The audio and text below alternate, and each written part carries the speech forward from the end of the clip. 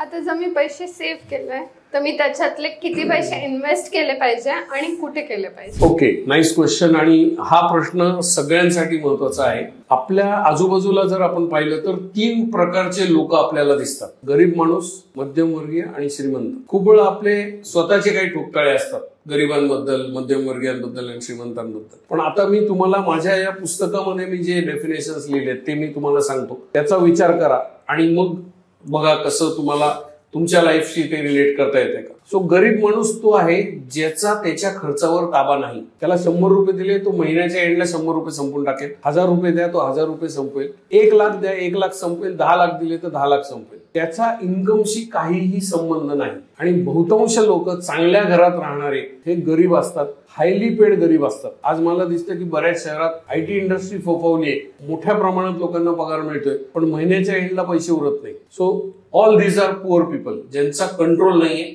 अनेकदा ते महिन्याच्या एंडला कर्जबाजारी देखील होतात. सो गरीब माणूस तो आहे ज्याचा खर्चावर ताबा नाही. मध्यमवर्गीय पण मुळात गरीबच आहे. त्याचं सॉफ्टवेअर जे आहे, मनी सॉफ्टवेअर इथे चालणार, ते सेम आहे.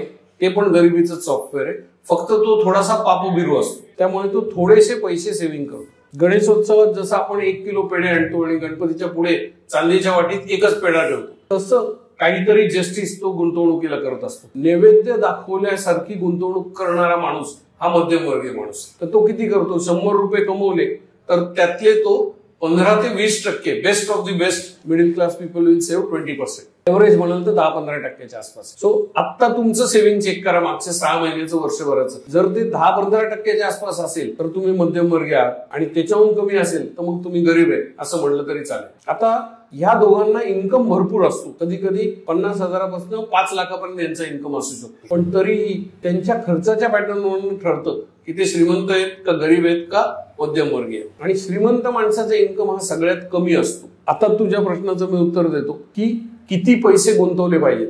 श्रीमंत व्हायचं असेल तर तुमच्या इन्कमच्या किमान 40% तुम्ही गुंतवले पाहिजे. आज जर तुम्ही समाजामध्ये सर्वे केला तर तुम्हाला 2% लोक सुद्धा सापडणार नाही जे 40% गुंतवणूक करू शकतात. That is the problem. So minimum 40% invest करा, तरच तुमचा श्रीमंत होण्याचा चान्स आहे. नाहीतर तुम्ही गरीब किंवा मध्यमवर्गीयच राहाल, हे मी ग्वाही देऊन सांगतो. So start with minimum 40% investment and do it for 1 decade. एक साधा फॉर्म्युला मी सांगतो. कुठलाही व्यक्ती हा फॉर्म्युला वापरू शकतो.